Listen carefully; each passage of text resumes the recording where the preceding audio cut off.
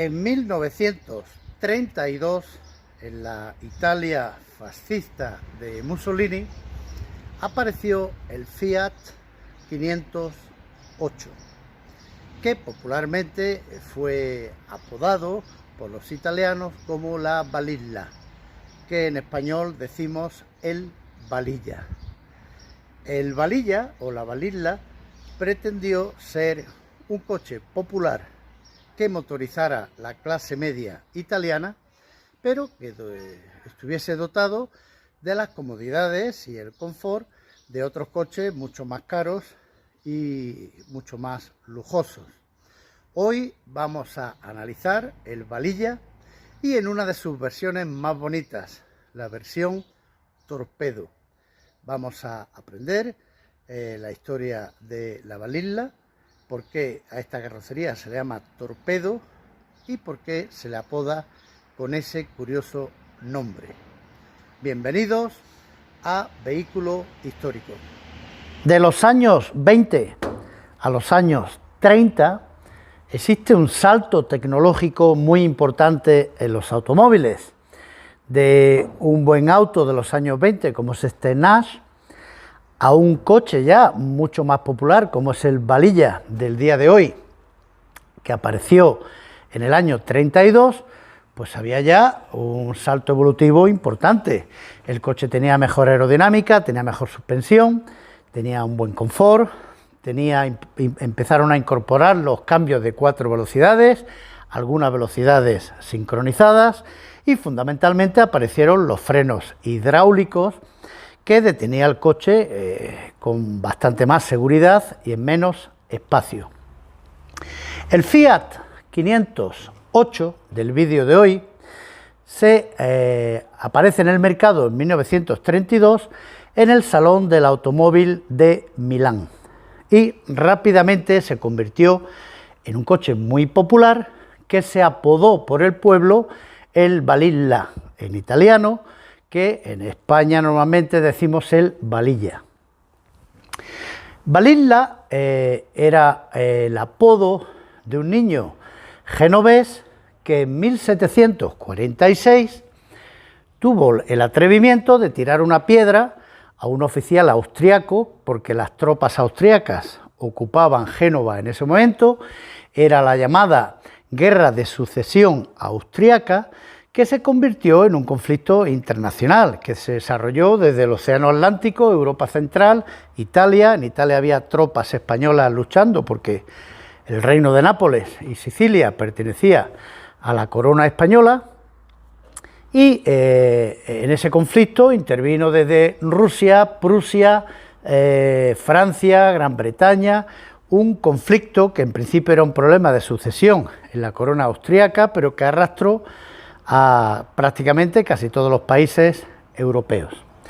Pues ese niño apodado el Balilla se convirtió, cuando nació el Estado italiano hace ahora unos 160 años, y cuando llegó el fascismo, pues lógicamente aquello era un elemento nacional histórico remarcable, porque un niño se atrevió a desafiar nada menos que al ejército austríaco. Así que en la Italia fascista de los años 30 tenemos un submarino apodado el Balilla, tenemos un tractor pequeño apodado el Balilla, tenemos una avioneta pequeña apodada el Balilla y este coche también pues fue apodado el Balilla. Después de la Segunda Guerra Mundial, Fiat se deshacía en explicaciones diciendo que no tenía nada que ver con el fascismo y que porque había una organización también que era la Opera Nazionale Balilla, que era como las juventudes fascistas italianas. Y entonces, pues Fiat se deshacía en explicaciones diciendo que Balilla venía del apodo del niño del siglo XVIII, no tenía nada que ver con el fascismo italiano. Este coche tan popular llegó a tener una canción también de los años 50, Balilla, donde un señor se compra un Balilla y con la picaresca italiana, pues un vecino le roba una rueda, otro le roba el radiador y ve cómo su coche va desapareciendo por trozos. Una canción cómica muy popular italiana. El Balilla, como decimos en español, no solamente tuvo mucho éxito en Italia, también se fabricó en Polonia con el nombre de Polski Fiat 508, siendo el coche más vendido en Polonia de los años 30. Se fabricó también en Checoslovaquia con el nombre de Walter Junior. Asimismo, se fabricó en Alemania con el nombre de Fiat NSU, porque Fiat compró la fábrica NSU en Alemania. Y también se fabricó en Francia con el nombre de Cinca Fiat. Esa fábrica Cinca Fiat, que construía vehículos Fiat en Francia, allí le llamaban al 508, le llamaban el 6 caballos, aludiendo a su potencia fiscal, pero después de la Segunda Guerra Mundial hubo un trastoque absoluto de todo y todos los Fiat se dejaron de fabricar, tanto en Alemania como en Checoslovaquia, como en Polonia, como en Francia. En Francia surgió la Cinca a partir de esa fábrica Cinca Fiat, y todo se trastocó, como digo, con la Segunda Guerra Mundial. El vehículo 508 de Fiat se fabricó en diversas carrocerías. Teníamos una Sport bastante más aligerada, una berlina con 2 y 4 puertas. El del vídeo de hoy es una carrocería llamada Torpedo. Torpedo es un nombre que aludía a los vehículos descapotables sin pilar central, y se llama así porque un importador británico importó un vehículo a principios de los años del siglo XX, importó un vehículo francés que era descapotable sin pilar central y le puso de nombre Torpedo, y ese nombre ya se hizo popular, y durante los años 30 era normal llamarle un torpedo a un coche que tuviera esa carrocería convertible sin pilar central. Podía tener 2 o 4 puertas, un nombre que ya se cayó en desuso a partir de los años 30, pero en los años 30 tenemos Citroën Torpedo, Fiat Torpedo, tenemos muchas carrocerías que se llamaban así. En Estados Unidos, sin embargo, esta carrocería, que también es convertible sin pilar central, pues era más normal en Estados Unidos llamarle a ese tipo de carrocería, se le llama Phaeton, pero es el mismo tipo de carrocería. Vamos a conocer hoy el Fiat 508B, porque hubo 2 series. El coche apareció en el 32 y hasta el 34 se fabricó el Fiat 508 con cambio de 3 velocidades, y a partir del 34 y hasta el 37 se fabricó el llamado 508B, que es el coche del vídeo de hoy, que montaba ya un cambio de 4 velocidades, algo más de potencia en su motor, y también apodado popularmente el Balilla.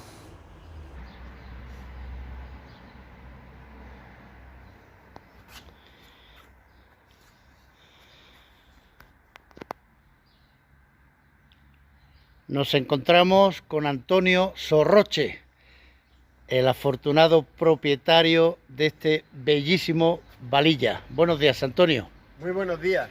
¿Qué sabe de la historia de este coche? Bueno, la memoria es muy sencilla. Mi suegro, Francisco Sánchez Reguero, que era un gran mecánico de estos vehículos, pues su máxima aspiración era tener un Balilla. Anteriormente tuvo un Topolino, y porque un Topolino es una potencia escasa, pero vamos, él se lo manejaba muy bien. Y posteriormente él se lo compró a un comerciante de perfumería que vivía aquí en Granada, y ya está. Eso es lo inmediato, vamos. ¿En qué año estamos hablando? Estamos hablando, según mismo, yo no conocía ni... en el año 50 y tantos es cuando mi suegro le compró a ese señor el Balilla. Ujú. O sea que desde entonces está en la familia y de tu suegro lo adquiriste tú. Mi suegro, no, yo no he adquirido este coche, esto mi suegro me lo dio tranquilamente cuando él ya no conducía el coche por razones de edad. Él lo que hizo fue decir, este coche es para ti, Antonio. Ah, bueno, fue una buena adquisición. Sí. Muy bien. ¿Y qué es lo que más, aparte de lo entrañable, de la relación con la familia, qué es lo que más te gusta del Valilla? Bueno, es su manejabilidad, es muy sencillo, es un coche no voluminoso, fácil de llevar, muy seguro, aunque parezca mentira, muy seguro en el sentido del motor. Es un coche muy seguro que tiene unas posibilidades, parece mentira, de aquella época y sin embargo, pues era un coche que tenía unas prestaciones muy seguras. Ahora, eso sí, este tipo de coche, y en concreto este coche, pone sus normas de funcionamiento, es decir, no es un coche para correr, es un coche para disfrutar. Y es un coche que tiene sus posibilidades más restringidas que otros, puesto que tiene una potencia de 1000 centímetros cúbicos, más o menos. Este vehículo también es de 4 marchas, había 2 modalidades, el de 3 marchas y el de 4 marchas. Este es de 4 marchas. ¿Son sincronizadas o no? No, tiene sincronizadas fundamentalmente la tercera y la directa, pero las demás no están sincronizadas. Con lo cual hay que conducirlo con bastante cuidado. Con bastante cuidado y saber lo que llevamos entre manos. ¿Y algo que te guste menos del Valilla? Pues no lo sé, es que me gusta casi todo. De verdad, muy bien. Un coche estupendo. Pues nos damos un paseo. Nos damos un paseo. Bueno, estamos en el interior del coche y esto pues tiene su rito. Su rito es, primero, abrirle la gasolina por medio de esta llave, abierta la gasolina. Segundo, introducir la llave a tope, la llave de contacto. Y tercero, tirar para el motor de arranque. Y es un coche, como veis, pues, y arranca instantáneamente. Instantáneamente. Pues muy bien, pues vámonos, Antonio. Venga. Bueno, sentados en el Valilla, nos sorprende el tamaño, que para la longitud que tiene este coche, pues acomoda a los viajeros con bastante bien. Y atrás tenemos espacio para otros 2 viajeros. La suspensión es firme, es cómoda, los asientos tienen muelles, estamos hablando de los años 30, donde se le daba un gran confort a los asientos de los coches como a los sillones de la casa. Tiene un bello reloj central que nos mide la velocidad, el cuenta kilómetros, la presión de aceite, el reloj y la gasolina del depósito.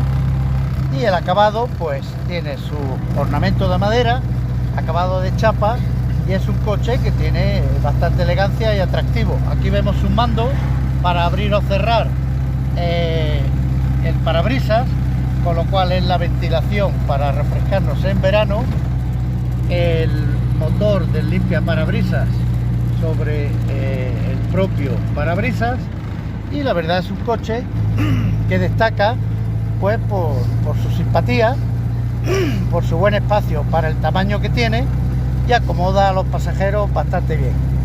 ¿La dirección te resulta muy dura, Antonio? Como es lógico, no es asistida. Comparándolo con los coches actuales es completamente distinta, pero es una dirección razonable, vamos a ver. No es un coche muy pesado como pueda ser el Ford A o pueda ser el NAS tuyo, pero este coche pues no es un coche muy pesado y naturalmente mueve bien la dirección. Bien. El cambio es de 4 velocidades porque hablamos del 508 tipo B, que fue el segundo modelo.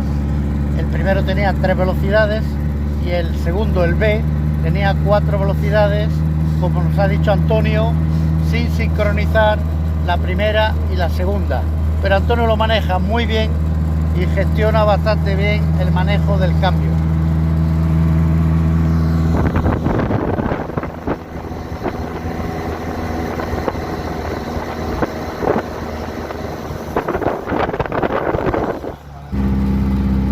El motor de 990 centímetros cúbicos tiene 20 y pocos caballos, con lo cual pues estamos hablando de un veterano con unos 90 años. Hay que tenerle la paciencia lógica de las cosas que tienen esa edad. El motor suena muy redondo, es un sonido alto que se percibe claramente, pero que no es molesto, es un sonido agradable. Y como Antonio lo reparó totalmente el motor, pues este motor realmente transmite fiabilidad. ¿Tuviste que reparar muchísimas cosas, Antonio, cuando tu suegro te pasó el coche? Bueno, ya se le dio un repaso fundamental. Vamos, lo más importante fue el motor, que fue reparado completamente. Le pusimos pistones, segmentos, todo, lo ha habido y por haber. Luego, pues, la parte eléctrica, pequeños retoques, pero no hubo que hacer grandes variaciones en la instalación. Esto tiene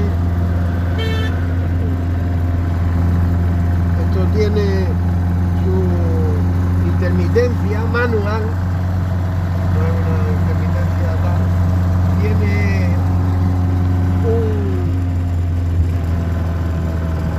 un controlador, digámoslo así, un sistema para controlar la temperatura del motor, que ese no es original, pero un reloj que mide la temperatura. Que mide la temperatura en cualquier momento. Este coche no tiene bomba de agua, es por termosifón. ¿Y lleva bomba de gasolina? Bomba de gasolina tampoco lleva.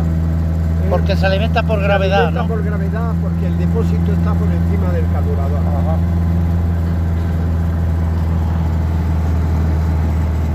Esas pequeñas ventajas lo hacen muy peculiar. Claro, cuanto menos cosas hay para averiarse, menos averías.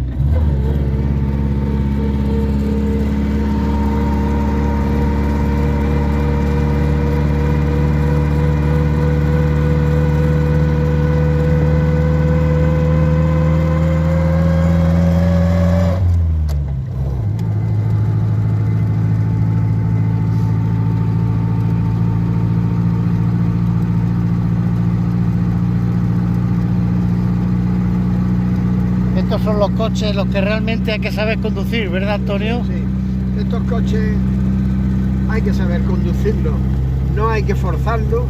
Él establece sus reglas de juego, como decíamos anteriormente, y llevándolo a su ritmo y respetándole las velocidades, va a donde sea, pero a su aire, vamos, a una velocidad normal. Esto no es para correr, esto es para disfrutar.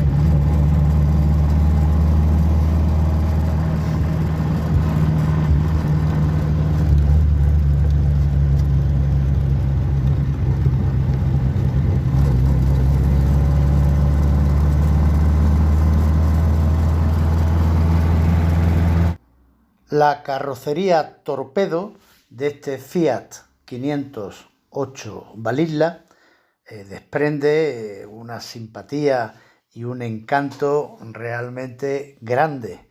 Es un coche de dimensiones muy contenidas, un peso ligero, 700 kilos, pero con una gran habitabilidad porque no lleva maletero.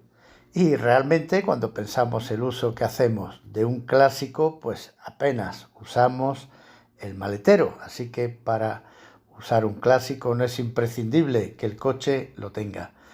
Toda la carrocería está salpicada de cromados y de detalles que lo embellecen. Parece un coche humilde, hecho a la ligera, pero todo lo contrario. Todos sus detalles indican que ha sido muy seriamente estudiado y diseñado para ofrecer encanto por todos sus rincones. Las llantas son de hierro con un tapacubos cromado y las puertas son suicidas, abren en sentido contrario y ofrecen una buena apertura para la entrada y salida de los ocupantes, tanto delante como detrás. Antonio, ¿nos enseñas el motor? Sí, por supuesto. Vamos a ver la forma de abrirlo. Tiene estos dos pestillos. Y ahora pues hacia arriba y aquí está el motor. Como nos decía, tiene el depósito de gasolina Aquí muy elevado respecto al motor para que por gravedad se alimente sin necesidad de bomba de gasolina.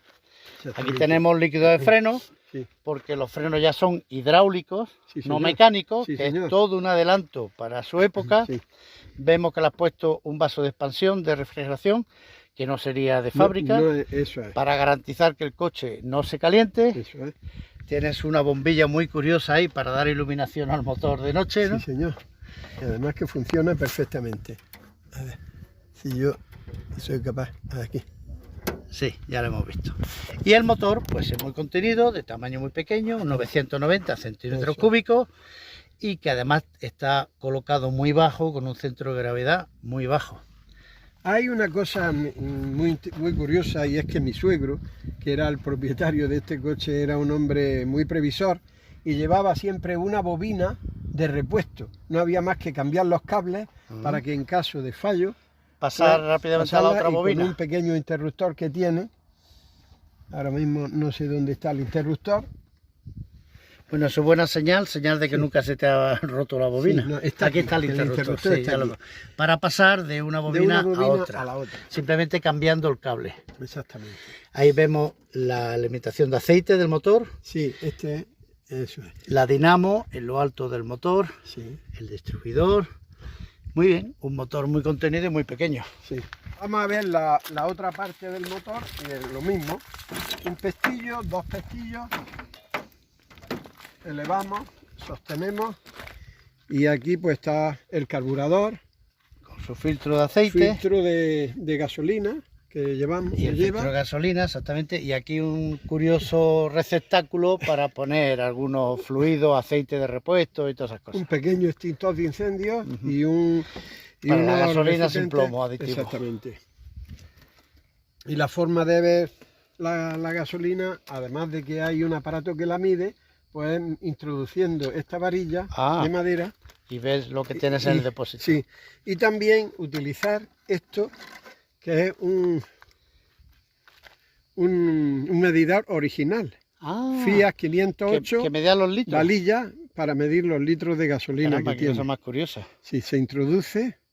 Y marca un máximo de 25 litros. ¿Lo hacemos? Vale, pasarlo. Pues se abre el depósito. Se introduce la varilla lo más vertical posible.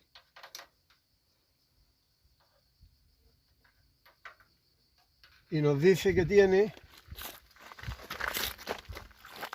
18, 19, 16 litros de gasolina. Muy bien. Oye, ¿y cuánto te puede consumir este coche a los 100 kilómetros? Este coche consume muy poco, porque tiene solo 8 caballos de los llamados antiguos. De los fiscales. Y como tiene poca cilindrada, pues son coches muy económicos. Sí, que te consumirá a lo mejor 8 litros o por ahí a los 100 kilómetros. Estoy convencido de una cosa que no sé si es cierto.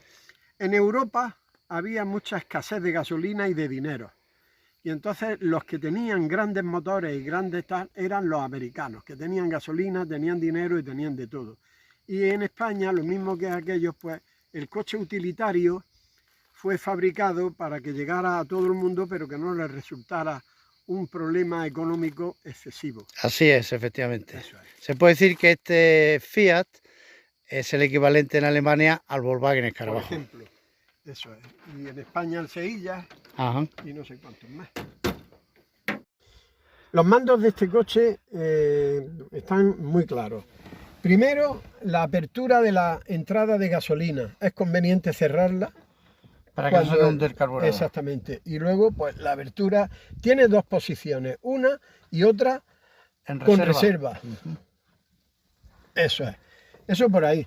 Luego el motor, perdón, el contacto es simplemente esta llave que se introduce por ese orificio y se le da hasta al fondo. A continuación el arranque. El arranque es que tira de una pieza que pone en funcionamiento el motor de arranque.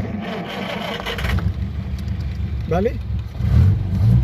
Tiene dos pequeñas guanteras a los lados, por lo que veo, ¿no? Eso es. Luego tiene también una pequeña luz interior que aquí con la luz no se aprecia. Hemos dicho un controlador de la temperatura del motor, que esto no es un termómetro, que no es original del coche. Sí, pero lo llevas por seguridad. Lo llevo por seguridad. Luego tiene dos pequeñas trampillas para pequeñas cosas, una en cada lado con su llave correspondiente. Y este es el aire, hay que tirar del starter. Aire. ¿Este mando qué es, Antonio? Ese es un mando muy extraño que no se utiliza para nada y que se supone ahí de reserva. Está ahí desde siempre y ya está. Y el mando, como ha explicado muy bien Rafael, pues tiene la presión del aceite, el nivel de gasolina, un pequeño reloj y el cuenta kilómetros. Y el velocímetro. Y luego esto que es muy interesante en estos coches, en vez de llevar los derivabrisas, pues este se abría eleva, directamente el parabrisas. Y entra un fresquito bastante razonable. Bueno, como la velocidad de este coche máxima eran unos 80 km por hora. Bueno, eso ya es maravilloso. Pues como tú bien remarcas, es un coche para pasear y disfrutar conduciendo. Exactamente. Perfecto. Bueno, se me ha olvidado decir, esta es la intermitencia, que siempre es manual, funciona perfectamente. Sí. Y en este vídeo hay una cosa, perdón, que es muy interesante. Este freno de mano actúa sobre la transmisión. Ajá, no sobre las ruedas. Lleva un de estos y ahí frena. O sea, lleva un tambor en la transmisión. En la transmisión, no va a los tambores. Él eso. Tiene frenos hidráulicos, como muy bien has dicho, y el cambio de luces tiene dos cambios de luces. Aquí en el pie hay un pequeño botón que pasa de corta a larga y ya está. Y bueno, y la velocidad, y esto es el cambio de luces normal, es aquí y aquí. O sea que ahora mismo tendríamos lo que se llama la luz de cruce. Esta es la luz de posición y luego una vez que está en la luz de cruce se le pisa a este botón. Muchos coches lo llevaban, son los que tienen ese sistema. Perfecto. Y no hemos enseñado el maletero porque aquí no hay maletero. No hay maletero, lo que hay es un pequeño lugar donde esto se corre hacia adelante y es un pequeño lugar que hay para guardar cosas. Para guardar cosas menores.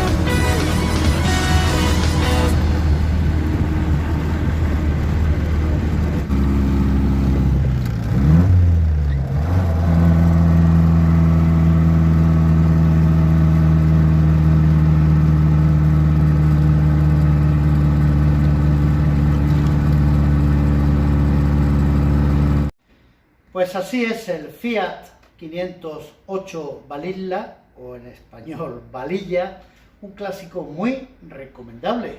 Es una mecánica robusta, simple, fácil de mantener, no lleva bomba de engrase, no lleva bomba de gasolina, una mecánica simple pero capaz de lanzar el coche hasta 80 km por hora, un coche para pasear, del que se siguen encontrando todas las piezas en Italia, y tiene un aspecto entrañable, simpático, bonito. Cuando se pasea uno en el Balilla, pues va despertando sonrisas por todas las carreteras. Lo encontramos, no hay muchos, pero lo encontramos en el mercado alrededor de 20.000 euros. Es un icono popular, no solamente en Italia, lo fue en los países donde se fabricó, en Polonia, en Checoslovaquia, en Alemania, en Francia. Es un coche muy bien conocido y justamente apreciado. Cuando pienso en un vino, pues pienso también en un vino que sea un icono popular italiano. Y qué mejor que un Fiasco de Chianti. Chianti es una denominación de origen en la Toscana italiana y Fiasco es el tipo de botella clásico de Chianti, botella de cristal recubierta de paja para proteger en el transporte la botella. La palabra fiasco ha pasado a todos los idiomas como sinónimo de fracaso, de desastre, y tiene una historia también que vale la pena contarla. A finales del siglo XIX era tradición que la gente iba al teatro en Italia, pues con su comida y su bebida, y durante la representación teatral pues comía y bebía. Cuando no gustaba la obra representada, pues los espectadores, bastante agitados y bastante calentitos con la ingesta de vino de Chianti, pues se dedicaban a tirar las botellas al final de la representación al escenario, que se llenaba de fiasco, que es el nombre de esta botella en italiano. Y entonces se llegó a asociar la palabra de desastre, de fracaso teatral, con el fiasco, porque se llenaba todo el escenario de fiascos. De ahí viene llamar el nombre de esta botella fiasco a una catástrofe durante una representación artística. Este Fiasco de Chianti es un vino muy popular, muy conocido, que se puede adquirir a partir de unos 6 euros hasta cantidades más importantes dependiendo de la calidad del vino, pero que sin duda la botella en sí misma es un icono.